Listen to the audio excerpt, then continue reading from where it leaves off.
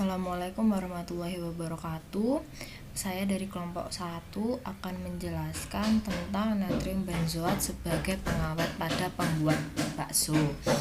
Saya Ainin Evinia dengan NIM 2006031110075 dan rekan saya Adinda Dwi Damayanti, Ainur Rizkiyah, Almira Amadewati, Azza Zarwanda.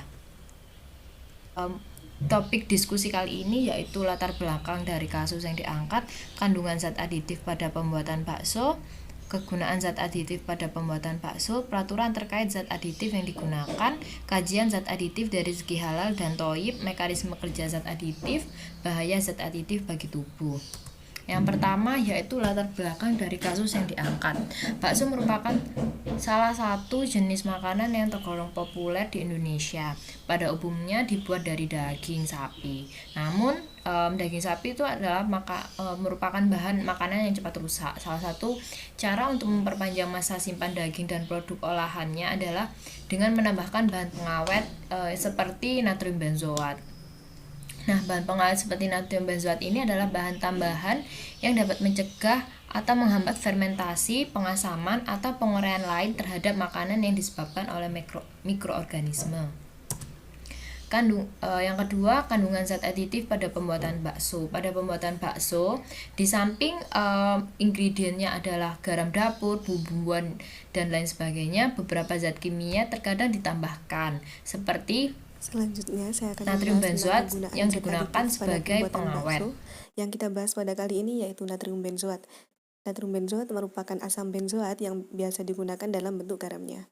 Nah, natrium benzoat ini digunakan untuk mencegah pertumbuhan bakteri, yang mana tanpa kita ketahui pada makanan dan minuman terdapat bakteri yang dapat merugikan dan dapat merusak makanan dan minuman. Maka dari itu pada produksi makanan dan minuman digunakanlah natrium benzoat untuk mencegah pertumbuhan bakteri yang merugikan.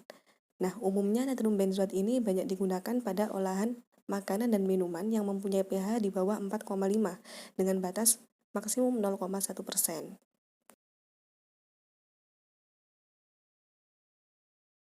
Selanjutnya, peraturan terkait zat aditif yang digunakan, batas maksimum penggunaan natrium benzoat menurut Permenkes RI nomor 722 /9/88 adalah 1 gram per kilo, di mana nilai maksimal dari natrium benzoat yang diperbolehkan atau digunakan atau dikonsumsi itu tidak boleh lebih dari 1 gram per kilo atau 1000 mg per kilo. Mekanisme kerja aditif. Mekanisme kerja natrium benzoat sebagai pengawet berdasarkan permeabilitas dari membran sel mikroba terhadap molekul asam yang tidak terdisosiasi, sehingga di dalam sel banyak terdapat ion hidrogen. Isi sel mikroba mempunyai pH yang selalu netral.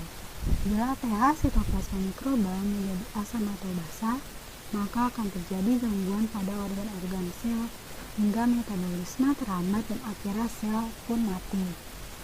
Membran sel mikroba hanya permeabel terhadap molekul asam yang tidak terdisosiasi. Maka, untuk mendapatkan efektivitas yang tinggi, sebaiknya asam-asam tersebut digunakan dalam lingkungan asam.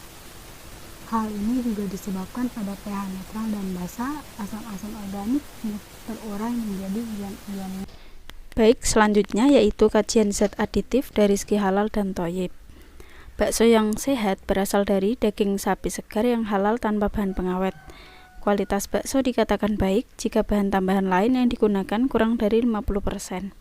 Berbagai bahan yang ditambahkan harus memenuhi syarat tidak menyebabkan efek samping terhadap kesehatan. Kita bahas kali ini.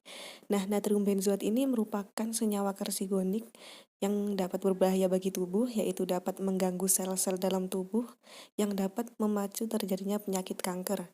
Nah, maka dari itu penggunaan natrium benzoat ini pada makanan diatur secara ketat agar terhindar dari dampak-dampak negatif seperti penyakit kanker. Nah, tubuh manusia tidak dapat mengakumulasi natrium benzoat dan sistem metabolisme pada manusia akan mengeluarkan zat natrium benzoat melalui urin dalam waktu 24 jam. Nah, itu saja yang dapat kami jelaskan mengenai natrium benzoat yang digunakan untuk mengenyalkan bakso. Kurang lebihnya mohon maaf. Terima kasih atas perhatiannya. Wassalamualaikum warahmatullahi wabarakatuh.